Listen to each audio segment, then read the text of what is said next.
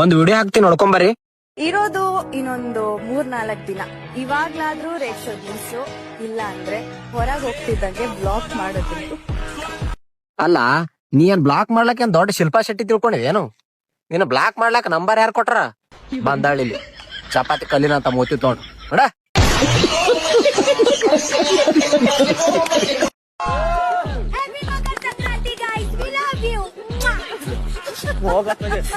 Separate ಎಲ್ಲದಲ್ಲೂ separate. ಪೂಜೆ ಮಾಡಕ್ ಬೇಕ 5 ಎಲಿ ಆಕಳಿಗಿರ್ತಾವ, 4 ಮಲಿ, 3 ಬಿಟ್ಟು ಸೊಳೆ ಮಕ್ಕಳಿಗೆ ಊರಾಗ ಅಂತಾರ ಹುಲಿ. ಏನ 2 ದಿನ ಉಳ್ದೈತಿ ಬಿಗ್ ಬಾಸ್ ನೋಡ್ಕೊತ ಮಾಡ್ರಿ ಜಾಲಿ. ಎಲ್ಲಾರು ಓಟ್ ಹಾಕೋದು ಮಾತ್ರ ಒಣ್ಣೆನ್ ಗಿಲ್ಲಿ.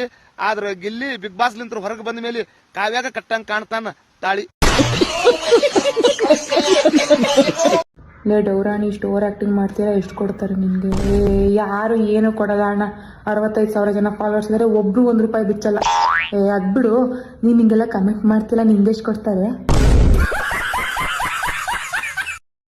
ಬಿಗ್ ಬಾಸ್ ನ ಟ್ರೋಫಿ ಗೆಲ್ಲೋರು ಯಾರು ಅಂತ ಕೇಳಿದ್ರೆ ಚಿಕ್ಕ ಮಕ್ಳು ಹೇಳ್ತಿದ್ರು ಗಿಲ್ಲಿ ಗಿಲ್ಲಿ ಗಿಲ್ಲಿ ಅಂತ. ಬಟ್ ಈಗ ಹೇಳ್ತೀನಿ, ಗಿಲ್ಲಿ ಅಲ್ಲ, ಗಿಲ್ಲಿ ಗೆಲ್ಲೋದಿಲ್ಲ ಅನ್ನೋದು ನನ್ನ ಎಲ್ಲೋ ಒಂದು ಕಡೆ ಸಿಕ್ಸ್ ಅಂತ ಹೇಳ್ತಿದೆ.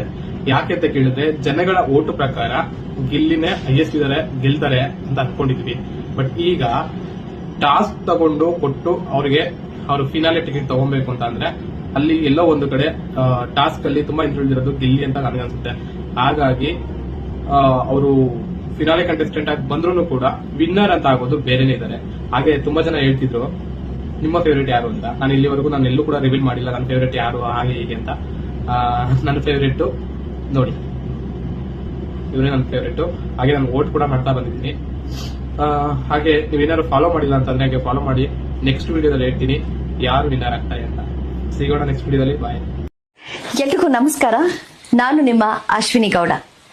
ಬಿಗ್ ಬಾಸ್ ಸೀಸನ್ 12 ಇಷ್ಟು ದಿನ ನಾನು ಕೂತಿದ್ದು ಹಾಟ್ ಸೀಟ್ ಮೇಲೆ. ಅದನ್ನ ಮಾತ್ರ ಮರಿಬೇಡಿ. ನಿಮ್ಮ ಓಟ್ ನನಗೆ ತುಂಬಾನೇ ಮುಖ್ಯ ಆಗುತ್ತೆ. Please keep supporting. ನೀನು ಹೂವನ್ನ ಸಾಕು. ಸಿಟಿಲಿ ನಿನ್ ಜೊತೆ ಶೋಕಿ ಮಾಡಕ್ಕೂ ಸೈ, ನಮ್ಮ ಮಾವನ ಆಸ್ತಿಲಿ ಹಳ್ಳಿಲಿ ನಿನ್ ಜೊತೆ ಉಳುಮೆ ಮಾಡಕ್ಕೂ ಸೈ. ದೋಸ್ತ, ಇಂಥ ಹುಡುಗಿ ನಿನಗೆ ಸಿಕ್ಕಿಲ್ಲ ಅಂತ ಫೀಲ್ ಆಗ್ಬೇಡ. ಇವರೆಲ್ಲ ಇನ್ಸ್ಟಾಗ್ರಾಮ್ ಅಲ್ಲಿ ಡೈಲಾಗ್ ಹೊಡಿಯೋದಕ್ಕೆ ಅಷ್ಟೇ ಸೈ. ಒಂದ್ ವೇಳೆ ಇಂಥವ್ನ ನಂಬ್ಕೊಂಡು ನೀನ್ ಕಟ್ಕೊಂಡೆ ಅಂತ ಅನ್ಕೋ, ಅವಳು ಬಂದು ನಿಮ್ಮದಲ್ಲಿ ಉಳುಮೆ ಮಾಡೋದಿರ್ಲಿ. ಆಮೇಲೆ ಯಾವನ ಗೇಟ್ ಬಿಟ್ರ ಹೊಲದಲ್ಲಿ ನೀನೋಗಿ ಬಿತ್ತನೆ ಮಾಡ್ಬೇಕಾಗುತ್ತೆ. ನಿನ್ನೆ ನಡೆದಿರೋ ಎಪಿಸೋಡ್ ಅಲ್ಲಿ ಕಿಚ್ಚ ಅವರು ಮಾತಾಡಿದ್ದಾರೆ. ಚಪ್ಪಾಳೆ ಅದು ನನ್ನ ಅನಿಸಿಕೆ ಪ್ರಕಾರ ಕೊಡೋದು, ಯಾರಿಗೆ ಕೊಡಬೇಕು ಅಂತ ಹೇಳಿ. ಮತ್ತೆ ನೆಕ್ಸ್ಟ್ ಇನ್ನೊಂದು, ಟ್ರೋಫಿ ಗೆದ್ಮೇಲೆ ಟ್ರೋಫಿ ಮತ್ತೆ ದುಡ್ಡು ತಗೊಂಡು ಅವ್ರ ಮನೆಗೆ ಹೋಗ್ತಾರೆ. ನೀವು ಆಚೆ ಕಡೆ ಉಪವಾಸ ಕಿತ್ತಾಡೋದೆಲ್ಲ ಮಾಡ್ತಾ ಇದ್ದೀರಾ ಅಂತ ಹೇಳ್ತಾರೆ. ಇದು ಬಿಗ್ ಬಾಸ್ಗೆ ಶೋಗೆ ಅಷ್ಟೇ ಸೀಮಿತ ಆಗಲ್ಲ, ಸಿನಿಮಾ ರಂಗಕ್ಕೂ ಸೀಮಿತ ಆಗುತ್ತೆ. ಇವ್ರು ಕಿಚ್ಚ ಬಾಸೆ ಆಗಲಿ ಒಂದು ಸಿನಿಮಾ ಮಾಡ್ತಾವ್ರೆ, ಅದು 100 ಡೇಸ್ ಓಡುತ್ತೆ, ಒಳ್ಳೆ ಇನ್ಕಮ್ ಬರುತ್ತೆ ಅಲ್ವಾ? ಅವಾಗ ಆ ದುಡ್ಡ ನಟರು, ಡೈರೆಕ್ಟ್ರು, ಪ್ರೊಡ್ಯೂಸರ್ಗಳು ಇವ್ರು ತಗೊಂಡು ಮನೆಗೆ ಹೋಗ್ತಾರೆ. ಇಲ್ಲಿ ಹೊರಗಡೆ ಕಿತ್ತಾಡೋ ಫ್ಯಾನ್ಸ್ಗೆ ಏನು ಯೂಸ್ ಇಲ್ಲ. ಇದು ಬಿಗ್ ಬಾಸ್ ಅಷ್ಟೇ ಅನ್ವಯ ಆಗಲ್ಲ, ಸಿನಿಮಾ ರಂಗಕ್ಕೂ ಅನ್ವಯ ಆಗುತ್ತೆ, ಇವ್ರಿಗೂ ಅನ್ವಯ ಆಗುತ್ತೆ. ಆ ಮಾತು ಹೇಳಿ ತಪ್ಪು. ಅಭಿಮಾನ ಎಲ್ರಿಗೂ ಇರುತ್ತೆ, ಅವ್ರ ಅಭಿಮಾನ ತೋರಿಸ್ಕೊಂತಾರೆ. ದುಡ್ಡು ತಗೊಂಡು ಅವ್ರು ಹೋಗ್ತಾರೆ, ನೀವು ಕಿತ್ತಾಡ್ತೀರಾ ಅಂತ ಹೇಳ್ಬಾರ್ದಾಯ್ತು. ಬಟ್ ಹೇಳೋರೆ ಏನು ಮಾಡಕ್ಕಲ್ಲ, ಇದು ಅವ್ರಿಗೂ ಅನ್ವಯ ಆಗುತ್ತೆ. ಬರೀ ಬಿಗ್ ಬಾಸ್ ಗಿಲ್ಲಿ ಅವ್ರಿಗೆ ಅನ್ವಯ ಆಗಲ್ಲ. ಯಾವ್ದೋ ಬಿಗ್ ಬಾಸ್ ಅಲ್ಲಿ 100 ದಿನ ನಡೆಯೋ ರಿಯಾಲಿಟಿ ಶೋ ಇಷ್ಟೊಂದು ಜನ ಮುಗಿಯದ್ದು ತಲೆ ಕೆಡ್ಸ್ಕೊಂತಾ ಇದಾರೆ. ಗಿಲ್ಲಿ ಗೆಲ್ಬೇಕು, ಕಾವ್ಯ ಗೆಲ್ಬೇಕು, ಅಶ್ವಿನಿ ಗೆಲ್ಬೇಕು ಅಂತ. ಇದೇ ಬುದ್ಧಿವಂತಿಕೆನ ಎಲೆಕ್ಷನ್ ನಡಿಬೇಕಂದ್ರೆ ಯಾಕೆ ತೋರ್ಸಲ್ಲ? ಅಶ್ವಿನಿ ದುಡ್ಡು ಕೊಟ್ಟು ವೋಟ್ ಖರೀದಿ ಮಾಡ್ತಾ ಇದ್ದಾರೆ ಅಂತ ವಾಯ್ಸ್ ರೈಸ್ ಮಾಡೋ ನೀವು, ಅದೇ ಎಲೆಕ್ಷನ್ ಅಲ್ಲಿ ದುಡ್ಡುಗೆ ಮತ್ತೆ ಸಾರಿಗೆ ವೋಟ್ ಮಾರಾಟ ಆಗ್ಬೇಕಾದ್ರೆ ಯಾಕೆ ಈ ವಾಯ್ಸ್ ರೈಸ್ ಮಾಡಲ್ಲ ನೀವು? ಇದೇ ತರನೇ ಎಲೆಕ್ಷನ್ ಟೈಮ್ ಅಲ್ಲಿ ಪ್ರಶ್ನೆ ಮಾಡ್ರಿ, ಯಾಕೆ ಗೌರ್ಮೆಂಟ್ ಸ್ಕೂಲ್ ಮುಚ್ಚೋಗ್ತಾ ಇದೆ, ಯಾಕೆ ಒಳ್ಳೆ ಎಜುಕೇಶನ್ ಕೊಡ್ತಾ ಇಲ್ಲ, ಯಾಕೆ ಒಳ್ಳೆ ಹಾಸ್ಪಿಟಲ್ ಇಲ್ಲ, ಹಾಸ್ಪಿಟಲ್ ಇದ್ರು ಡಾಕ್ಟರ್ಗಳು ಯಾಕಿಲ್ಲ? ಒಬ್ಬ ಪಾರ್ಲಿಮೆಂಟ್ ಅಲ್ಲಿ ಕುತ್ಕೊಂಡು ರೇಪ್ ಆದ್ರೆ ಅರ್ಚಬಾರ್ದು, ಕಿರ್ಚಬಾರ್ದು, ಜಸ್ಟ್ ಎಂಜಾಯ್ ಇಟ್ಟು ಅಂತ ಹೇಳ್ತಾರೆ. ಅದೇ ಬೇರೆ ದೇಶದಾಗಿಲ್ಲ, ಒಂದು ಅವನ್ನ ಸಾಯ್ಸಾಕಿರೋರು, ಇಲ್ಲಾಂದ್ರೆ ಗುಂಡಿ ಕಲ್ಲೇ ಕೊಲ್ಲಿರೋ, ಅಟ್ಲೀಸ್ಟ್ ಮಿನಿಮಮ್ ಅವನು ಕೆಲ್ಸದಿಂದ ಆದ್ರೂ ತೆಗ್ದಾಕಿರೋರು.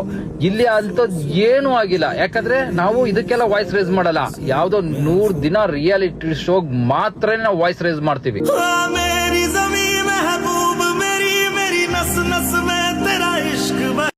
ಲೇ ಅಲ್ಲಿ ನೋಡೆ, ಲೇ ಈ ಕಡೆಯಿಂದ ನನ್ನ ಡ್ರೆಸ್ ಕಾಣಿಸದೇ ಇಲ್ಲ, ಆ ಕಡೆ ಬರಲ್ಲ. ಓಕೆ ಬಾ.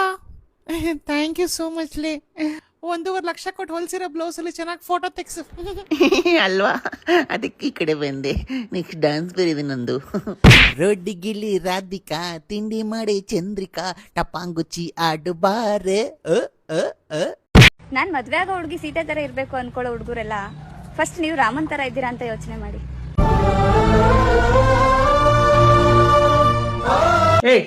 ಬ್ಯಾಗ್ರೌಂಡ್ ಮ್ಯೂಸಿಕ್ ಚೇಂಜ್ ಮಾಡ್ರ ಫಸ್ಟ್. ಅಕ್ಕ, ಹುಡುಗರು ರಾಮನ್ ತರ ಇದೀವೋ ಇಲ್ವೋ ಅಂತ ಯೋಚನೆ ಮಾಡ್ಬೇಕು. ನಿಜನೇ, ಸೀತೆ ಅಂತ ಹುಡುಗಿರು ನಮ್ ಲೈಫಲ್ಲಿ ಬಂದಾಗವರೆಗೂ ನಮ್ ಹುಡುಗರೆಲ್ಲ ರಾಮನೇ ಆಗಿರ್ತಾರೆ. ಆದ್ರೆ ಅವಳು ಹೋದ್ಮೇಲೆ ಗೊತ್ತಾಗೋದು ಸೀತೆ ಅಂತ ಹೇಳ್ಕೊಂಡ್ ಬಂದಿದ್ದವಳು ಸೀತೆ ಆಗಿರಲ್ಲ, ಬದ್ಲಿಗೆ ನಮ್ ಹುಡುಗರ್ಗೆ ಅರ್ಥ ಆಗಿರುತ್ತೆ. ಅಂಡ್ ತಾವು ಸ್ಯಾರಿ ಹಾಕೊಂಡಿದ ತಕ್ಷಣ ಸೀತಾ ಮಾತೆ ಆಗ್ಬಿಡ್ತೀರಾ. ಸೀತಾ ಮಾತೆ ನಿಮ್ದು ಇನ್ನೊಂದು ವಿಡಿಯೋ ಇದೆ, ಹೋಗಿ ನೋಡ್ಕೊಂಡ್ ಬನ್ನಿ. ನಾವು ಲವ್ ಮಾಡಿದ್ ಸಾಕು, ಹೋಗಿ ಮದುವೆ ಆಗೋಣ ಬಾ. ಅದು ಆಗಲ್ಲ ಕಣೋ. ಯಾಕೆ?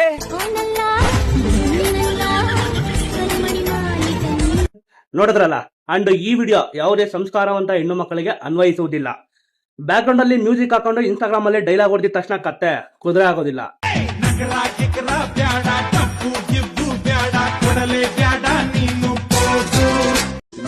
ಬಂದ್ಬಿಟ್ಟಲ್ಲ ಬಂಗಾರಿ, ತಿರ್ಗಾ ಚೆನ್ನಾಗಿ ಸಾಕ್ತೀನಿ. ಅಂತೂ ಇಂತೂ ಲೈಲಾ ಮಂಜಣ್ಣ ಒಂದಾದ್ರೂ ಹಾಲಿಗೆ ಜೇನು ಸೇರಾಯ್ತು. ಆದ್ರೂ ಮಂಜಣ್ಣ ನೀನ್ ದೊಡ್ಡ ಕಲಾಕಾರ ಇದೀನಿ ನೋಡ್. ನೀನ ಬೇಸಿಗೆ ಕಾಲದಾಗ ಜಾಬ್ ಬಿಟ್ಟಿವ, ಚಳಿಗಾಲದಾಗ ಜಾಬಿ ಸೇರ್ಕೊಂಡೆಲ್ಲ. ಇದನ್ನೆಲ್ಲ ನೋಡ್ ನಾವೇನ್ ಮಾಡ್ಬೇಕು ಇವಾಗ? ಜಟ್ಕ ಹೊಡ್ಕೊಂಬೇಕು ಹೋಗಿ ಇವಾಗ. ಅಯ್ಯೋ ಅಣ್ಣ,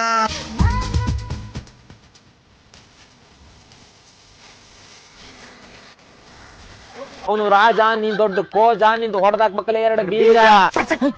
ನಮ್ ಸಿಗೋಳಿಗೆ ಈಗ್ಲೂ ಹೇಳ್ತೀನಿ, ಏನಂತ? ಈಗ ನಿಯತ್ತಾಗಿರ್ತೀಯ ಅಂದ್ರೆ ರಾವಂಗ ತರ ಗೌರವ ಕೊಡಕ್ಕೂ ಸೈ, ರಾಮಂಗ ತರ ಯಾವಂಗೆ ಆಗಿಲ್ಲ ಯುದ್ಧ ಮಾಡಕ್ಕೂ ಸೈ. ಹೌದಲೆ ಕೌಜ್ಗ, ಸಾರಿ ಹೌದಲೆ ಕೌಜ್ಗ.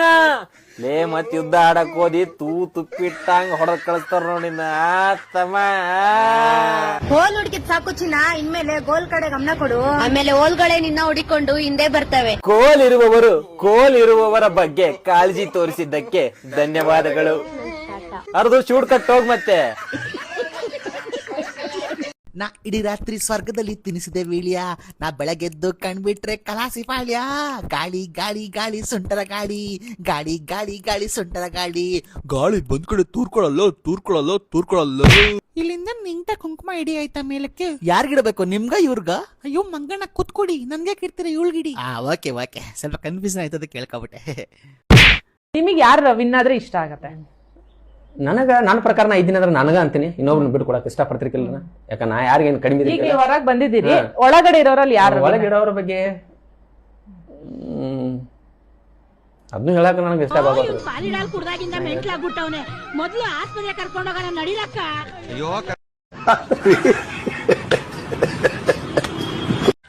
ನೀನ್ ಪ್ರೀತಿಯಿಂದ ಬಂದ್ರೆ ಅದೇ ಪ್ರೀತಿಲಿ ಇಡೀ ಪ್ರಪಂಚನೇ ಹೊತ್ತು ಮೆರೆಸ್ತೀನಿ. ಅದೇ ದ್ವೇಷದಿಂದ ಬಂದ್ರೆ, ನೀನ್ ದ್ವೇಷದಿಂದ ಬಂದ್ರೆ ಅದೇ ಪ್ರೀತಿಲಿ ಚಟ್ಟ ಕಟ್ಬಿಡ್ತೀನಿ. ಫಸ್ಟ್ ಹೋಗಿ ಅಡಿಗೆ ಮನೆಗೆ ರೊಟ್ಟಿ ತಟ್ಟು, ಆಮೇಲೆ ಚಟ್ಟ ಕಟ್ಬಂತೆ. ನನ್ನ ಗಂಡ ನನ್ ಪರವಾಗವನೇ ಗುರು. ಯಾವಳಿಗೂ ತಲೆ ಕೆಡಿಸ್ಕೊಳಲ್ಲ. ಆಲ್ರೆಡಿ ನೀನು ಹುಚ್ಚಿ ಆಗಿದೀಯಾ.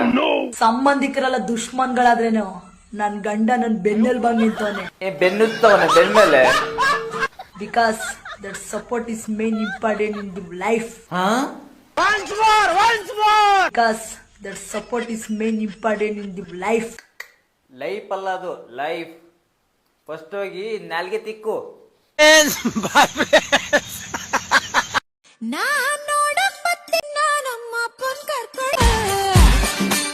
ನೀ ಏನ್ ಬರಕ್ ಹೋಗ್ಬೇಡ, ಮತ್ ಹೊರಗ್ ಧೂಳಿಗೆ ಕರ್ರಗಾಗಿ ಅಂತೀನಿ. ನಾನೇ 2 ಪೇರಲ್ ಲವ್ಲಿ ತೊಗೊಂಬರ್ತೀನಿ, ಅಲ್ಲೇ ಇರು.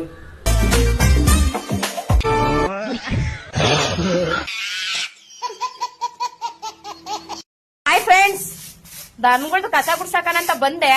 ನಾನ್ ಬರೋ ಅಷ್ಟಲ್ಲಿ ಆಳೆ ನನ್ ಮಕ್ಳು ಗುಡ್ಸಿ ದಬಾಕ್ಬಿಟ್ಟವ್ರೆ.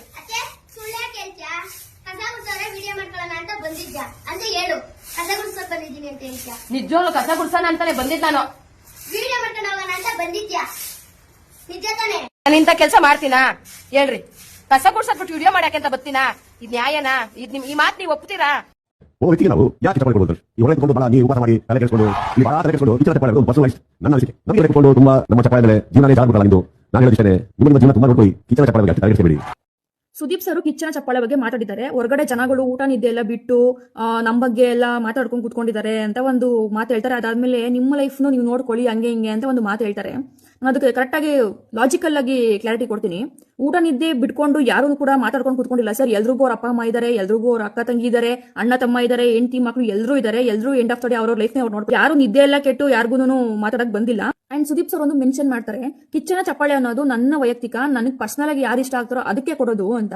ಅಂಡ್ ಧ್ರುವಂತಿಗೆ ಕೊಟ್ರಲ್ಲ ಇಡೀ ಸೀಸನ್ ನ ಚಪ್ಪಾಳೆ ಅಂತ, ಆ ಟೈಮಲ್ಲಿ ಸುದೀಪ್ ಸರ್ ನನಗೆ ನೀನ್ ಇಷ್ಟ ಆಗಿದ್ಯಾ ಅಂತ ಕೊಟ್ಟಿದ್ರೆ ಯಾವ ಜನಗಳು ಮಾತಾಡ್ತಾ ಇರಲಿಲ್ಲ. ಬಟ್ ಸುದೀಪ್ ಸರ್ ಏನ್ ಮೆನ್ಷನ್ ಮಾಡಿದ್ರು ಅಂತಂದ್ರೆ, ಇಡೀ ಕರ್ನಾಟಕ ಜನತೆಗೆ ಎಂಟರ್ಟೈನ್ಮೆಂಟ್ ಕೊಟ್ಟಿರುವಂತ ಧ್ರುವಂತ್ ನಿಮಗೆ ಈ ಸೀಸನ್ ಚಪ್ಪಾಳೆ ಅಂತ ಅಂದ್ರು. ಜನಗಳು ಅಂತ ಬಂದಾಗ ನಾವುಗಳೇ ಅಲ್ವಾ ಸರ್, ನಮಗಂತ ಅವ್ನು ಎಂಟರ್ಟೈನ್ಮೆಂಟ್ ಕೊಟ್ಟಿಲ್ಲ, ನಮಗೆ ಕೊಟ್ಟಿರೋದು ಗಿಲ್ಲಿ ನಟ.